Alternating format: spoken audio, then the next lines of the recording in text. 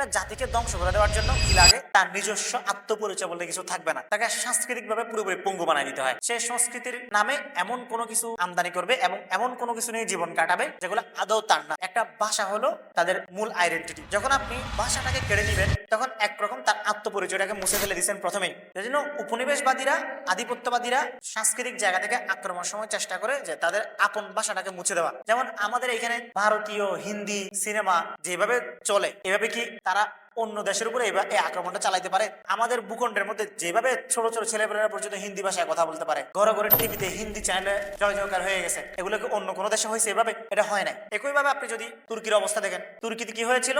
আরবি ভাষা আজান দেওয়া নিষেধ হয়ে গেছিল, তারপর ল্যাটিন ভাষায় তুর্কি লেখা চালু হয়েছিল আরবির পরিবর্তে। কেন? এগুলো হলো সাংস্কৃতিক আধিপত্যবাদ, সাংস্কৃতিক উপনিবেশবাদ। সেম আমাদের দেশে বছরের পর বছর স্বাধীনতার পর থেকে যুগের পর যুগ ধরে হিন্দি সংস্কৃতির আমদানি হয়েছে, বিদেশি সংস্কৃতির আমদানি হয়েছে। ফলে একটা পর্যায়ে এসে আমাদের দেশের সংস্কৃতিবাদী অংশরা এই আত্মপরিচয়টাকে নিজেরাও ধারণ করে এবং মানুষকে ধারণ করতে বাধ্য করিয়েছে। আমাদের সাংস্কৃতিক আইডেন্টিটি হলো এটা।